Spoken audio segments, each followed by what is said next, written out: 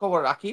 এই খোঁজ খবর রাখার মধ্যে হচ্ছে যে যে গোয়েন্দা সংস্থাগুলো যে আ নতুন রাজনৈতিক দল বা পুরনো রাজনৈতিক দলের যে ম্যানিপুলেশন যেটা হয়, এটা সিগনিফিক্যান্ট হারে কমে গেছে। নরমাল যেভাবে সিচুয়েশনটা হয়, সেভাবে হয়নি। আমি জানি না যারা ইনফরমেশনটা দিয়েছে তাদের সাথে কি সরকারকে যারা অস্থিতিশীল করতে চায় তাদের কানেকশন আছে কিনা? বাট আমি অফিসিয়ালি যেটা শুনেছি যে তার CO commanding officer, brigade commander বা হায়ার লেভেলের এটার সাথে কোনো ইনভলভমেন্ট ছিল না। জেনারেল ওয়াকার তাদেরকে হেল্প করার চেষ্টা করেছে এবং ইসলামী দলগুলোর সাথে একটা ঐক্য করার চেষ্টা করেছে। বাট বর্তমান সিচুয়েশনে অ্যাজ অন টুডে আমি জানি যে ছাত্রদের সাথে জেনারেল ওয়াকার এখন আর কোনো সাপোর্ট দিচ্ছে না, উনি উনার হাত গুটিয়ে নিয়েছেন। আমি আপনার সাথে এর আগে বলেছিলাম যে যত দিন যাবে তত এই সরকার স্ট্রং হবে আর পতিত আওয়ামী লীগের দোসর যারা দেশের মধ্যে বিশৃঙ্খলা এবং অন্যান্য অস্থিতিশীল পরিস্থিতি সৃষ্টি করার চেষ্টা করতেছে তারা আস্তে আস্তে দুর্বল হবে এবং অ্যাকচুয়ালি এখন তারা আস্তে আস্তে বেশি দুর্বল হয়েছে। কিন্তু একটা জিনিস বুঝতে হবে যে আমি এই সরকারের অনেক মিসম্যানেজমেন্ট আছে, অনেক কিছু আছে, বাট এরপরেও আমরা একটা জিনিস দেখতে পাচ্ছি আন্তর্জাতিক এবং দেশীয় রাজনীতি যদি ফলো করেন তাহলে যে ভারত এই ইউনূস সরকার নিয়ে কমফোর্টেবল না। সো হুম। আমি মনে করি যদি ভারত আমাদের সরকারকে নিয়ে কমফোর্টেবল না থাকে তার মানে হচ্ছে we are in the right track. এই মুহূর্তে আমরা সবাই জানি যে আওয়ামী লীগ সরকার যাওয়ার আগে প্রশাসন থেকে শুরু করে সেনাবাহিনী, আইন শৃঙ্খলা বাহিনী, এতে ৬-৭ লেয়ারে তাদের আওয়ামী লীগের দোসরদের রেখে গেছে। সো ওই দোসরগুলো তাদের মতো কাজ করতেছে দেখেই এই সরকারের গ্রিপে আনতে একটু টাইম লেগেছে। এবং আপনারা কিছুদিন আগে দেখেছেন যে ভারতীয় সেনাপ্রধান বলেছে যে ৫ই আগস্টের সময় জেনারেল ওয়াকারের সাথে তার যোগাযোগ ছিল। একটা জিনিস দেখেন, এই তথ্যটা কিন্তু ভারত না জানাইলেই পারত ইয়াতে যে এটাতে উনি ভালোভাবেই জানে জেনারেল ওয়াকার একটু ব্যাকফুটিং এ যাবে এবং হুম। জেনারেল ওয়াকার আমরা সবাই জানি তাদের সাথে ভারতের সাথে কানেকশন আছে। সো তার মানে হচ্ছে এট প্রেজেন্ট সিচুয়েশনে জেনারেল ওয়াকার সম্ভবত তাদের সমস্ত আবদার রক্ষা করছেন না। সো পাবলিকলি তাকে একটু এম্বারাস করেছে ভারত। কারণ আমরা সবাই জানি তা ভারতের সাথে জেনারেল ওয়াকারের কানেকশন আছে because of Awami League connection. তো এই সিচুয়েশনে আমি মনে করি যে ওই সেম জিনিস এবং পরবর্তীতে আমরা দেখেছি জেনারেল ওয়াকার ম্যাডাম খালেদা জিয়ার সাথে দেখা করেছেন এবং পরবর্তী পরিস্থিতিতে এখন যে সিচুয়েশন হচ্ছে আমি গ্রাউন্ডে একটু খোঁজ খবর রাখি। এই খোঁজ খবর রাখার মধ্যে হচ্ছে যে যে গোয়েন্দা সংস্থাগুলো যে আহ, নতুন রাজনৈতিক দল বা পুরনো রাজনৈতিক দলের যে ম্যানিপুলেশন যেটা হয়, এটা সিগনিফিক্যান্ট হারে কমে গেছে। সিগনিফিক্যান্ট হারে এখনো যদি কেউ কোনোভাবে করে সেটা সম্ভবত ইন্ডিভিজুয়ালি, বাট অর্গানাইজ ভাবে এখন আর করতেছে না। এট প্রেজেন্ট হুম। আমার কাছে যেটা মনে হচ্ছে যেহেতু আমরা এই এই যে যেটা ডক্টর ইউনুস যে কথাটা বলেছেন যে আমাদেরকে সব জায়গায় যুদ্ধ অবস্থার মতো সতর্ক থাকতে হবে, এর কারণটা একটাই, উনি আমি মনে করি যে অনেকদিন পরে উনার যে আইন শৃঙ্খলা পরিস্থিতি মানে প্রধানদের এবং ইয়াদের উপরে তার একটা কন্ট্রোল উনি ফিরে পেয়েছেন এবং কন্ট্রোলটা উনি প্রথম এক্সারসাইজ করতেছেন সমস্ত আইন শৃঙ্খলা বাহিনী এদেরকে বলে যে একটা যুদ্ধ অবস্থা সিচুয়েশন হয়েছে। কারণ উনি দেখতেছেন যে আমাদের প্রতিবেশী দেশ আমাদেরকে এই সরকারকে আনস্টেবল করার চেষ্টা করতেছে। বাট আমি এর আগেও বলেছিলাম যে গোয়েন্দা সংস্থা, আইন শৃঙ্খলা বাহিনী এদের মধ্যে অলরেডি স্পষ্ট দুই ভাগ হয়ে গেছে। যে যারা ওই ফ্যাসিবাদ আওয়ামী লীগের দোসর ছিল কোনো কারণে তারা এদেরকে আমরা সরাইতে পারি নাই, বাট বর্তমান সিচুয়েশনে তারা স্ট্রঙ্গার। সো এই মুহূর্তে হুম। এই যে আপনারা সবাই জানেন যে কুমিল্লাতে যে যুবদল হত্যার যে ঘটনা ঘটেছে এটা নিয়ে অ্যাকচুয়ালি সেনাবাহিনীর ভিতরে ভালো রিপার্কেশন হয়েছে। মানে আহ, আমরাও তো হুম। সেনাবাহিনীতে চাকরি করেছি এবং চাকরিতে এই ধরনের সিচুয়েশন ফেস করেছি। আমার নিজে আমি চিটাগাঙে যখন এরকম একটা সিচুয়েশনে ক্যাম্প কমান্ডার ছিলাম, আমার লেফটেন্যান্ট একজনকে ধরে নিয়ে আসছে। আমি জাস্ট ওর সাথে 15-20 মিনিট কথা বলে আমি বুঝতে পেরেছি প্রবাবলি ইনফরমেশন ইজ রং। দেন আমি সাথে সাথে বললাম যে ইনফরমারকে নিয়ে আসো, ইনফরমারকে নিয়ে আসছে। ইনফরমারের সাথে দুই কথায় বুঝে ফেলেছি এটা রং ইনফরমেশন। সো আমি ওই লেফটেন্যান্টকে না বলে আমি নিজে যে ছেলেটাকে ধরে নিয়ে আসছি এবং তার মায়ের কাছে ফেরত দিয়ে আসছি। মানে আর্মির সিচুয়েশনটা এইভাবেই চলে। বাট এই পার্টিকুলার কেসটা মনে হয় যে নর্মাল যেভাবে সিচুয়েশনটা হয় সেভাবে হয়নি। আমি জানি না যারা ইনফরমেশনটা দিয়েছে তাদের সাথে কি সরকারকে যারা অস্থিতিশীল করতে চায় তাদের কানেকশন আছে কিনা। বাট আমি অফিসিয়ালি যেটা শুনেছি যে তার CO commanding officer, brigade commander বা হায়ার লেভেলের এটার সাথে কোনো ইনভলভমেন্ট ছিল না।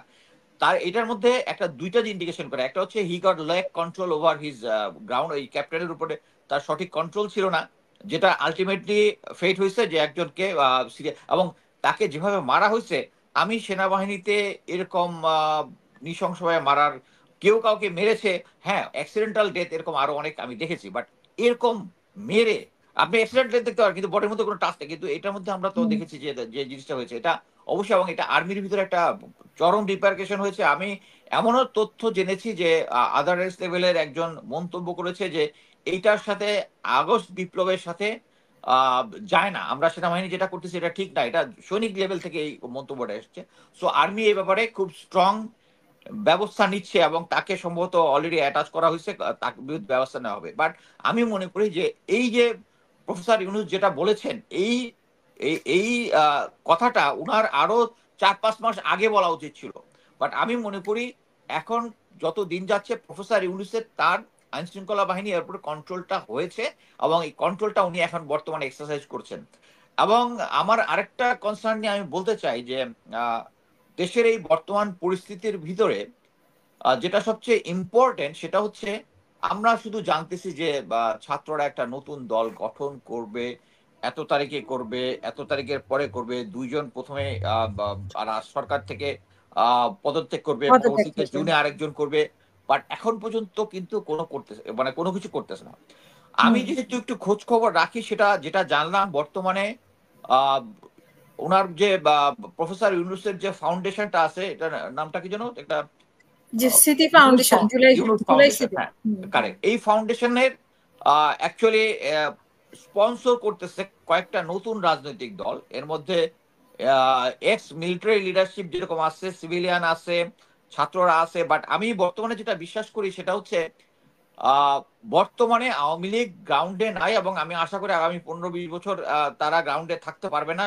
সো এই সিচুয়েশনে বিএনপি একটা স্ট্রং দল। আমি আমার যেটুকু বিদ্যা বুদ্ধি আছে তাতে আমি বুঝি হয়তো আগামী নির্বাচনে যে কোনো একটা সিচুয়েশনে বিএনপি পাওয়ারে আসতে পারে। বাট পাওয়ারে যদি এককভাবে আসে তাহলে আবার একটা, মানে যদি একক সংখ্যাগরিষ্ঠতা পায় এবং যদি সেই সংখ্যাগরিষ্ঠতা পরিমাণ একবারে বা 200-র বেশি বা 250-র কাছাকাছি সিট পেয়ে যায়, তাহলে যেটা হবে আবার একটা ফ্যাসিস্ট হওয়ার একটা প্রবণতা থাকবে। তো আমি মনে করি যে একটা গ্রাউন্ডে একটা স্ট্রং বিরোধী দল থাকা উচিত। এই বিরোধী হুম। দল থাকার মধ্যে কারা থাকা উচিত, আমার কাছে এখন এই সিচুয়েশনে মনে হচ্ছে যে অ্যাকচুয়ালি ছাত্ররা স্টিল কনফিউজড। আমি প্রথম প্রথম যেটা জেনেছি যে জেনারেল ওয়াকার তাদেরকে হেল্প করার চেষ্টা করেছে এবং ইসলামী দলগুলোর সাথে একটা ঐক্য করার চেষ্টা করেছে। বাট বর্তমান সিচুয়েশনে অ্যাজ অন টুডে আমি জানি যে ছাত্রদের সাথে জেনারেল ওয়াকার এখন আর কোনো সাপোর্ট দিচ্ছে না, উনি উনার হাত গুটিয়ে নিয়েছেন এবং এই কারণেই ছাত্রদের মধ্যে একটা কি বলে ভীতি হতাশা। সঞ্চার হয়েছে যে ফিউচারে যদি হয় যে একটা বিপ্লব হওয়ার পরে তারা যদি কোনো ক্ষমতার বা রাজনৈতিক শক্তির পার্ট না হয়, there could be anything to them. So এরকম একটা সিচুয়েশনে আমি যেটা খবর পেলাম 4টা রাজনৈতিক দলের মতো উত্থান হচ্ছে। এর মধ্যে জেনারেল ইকবাল করিম ভুইয়া আছেন, জেনারেল, আমি রিপোর্টটা থেকে আমি নামগুলো লিখেছি, একটা হচ্ছে জেনারেল আবু বেলাল স্যারের নামটাও পাওয়া গেছে যে এক্স চিফ ছিলেন, তারপরে general Hasan Suhrawardy, general Ehtesham already একটা নাগরিক শক্তি নামে বোধহয় একটা করেছেন, তারপরে ব্রিগেডিয়ার শামীম কামাল উনার স্যারের ফাদার ছিলেন আগে ইয়ার কি বলে হুম। জাতীয় পার্টির একজন এমপি ছিলেন আওয়ামী লীগ সরকারের আমলেই। এবং এই সিচুয়েশনে এবং সিভিল সোসাইটি এবং এরা মিলে সম্ভবত একটা ঐক্য করতে পারে। আমি যেটা মনে করি যে ছাত্ররা এখানে বিগার স্টেক হোল্ডার, এই স্টেক হোল্ডার হিসেবে আমি মনে করি তাদের উচিত আহ, মানে যেটা মানে বিএনপিতে তাদের জয়েন করার, এখন আমি মনে করি যে তারা বোধহয় এটার জন্য প্রস্তুত না, কারণ তারা অলরেডি আওয়ামী লীগ বিএনপি যেরকম পলিটিক্যাল রেটরিক ব্যবহার করতো, অলরেডি তারা রেটরিক ব্যবহার করা শুরু করে দিয়েছে কয়েকটা জায়গায় বিএনপির এগেনস্টে আমি দেখেছি। সো হুম। তাদের এখন উচিত হবে যে জাতীয় পর্যায়ে যারা ট্রাস্টেড আছে, মাহমুদুর রহমান মান্না আছে বা অন্যান্য যারা আছে ইম্পর্টেন্ট, কারোর সাথে রাজনৈতিক দল করে একটা যদি শক্তিশালী দল এখনই যদি না গঠন করে এবং যত দিন যাবে তাদের এই এটা এবং তারা যে এখন কনফিউজ, আমি আমি অ্যাটলিস্ট নিশ্চিত যে তারা এই স্টুডেন্টরা অ্যাকচুয়ালি এখন confused what they should do. এবং হুম। সো এই মুহূর্তে আমি মনে করি তাদের রাজনৈতিক দলটা ইমিডিয়েটলি গঠন করা উচিত। ইমিডিয়েটলি যত গঠন করে ফেলবে তারপরেই তারা এটা ধীরে ধীরে ধীরে ধীরে তাদের সাংগঠনিক কাজ বাড়াতে পারবে। আমি এই পর্যন্ত জি। বলি।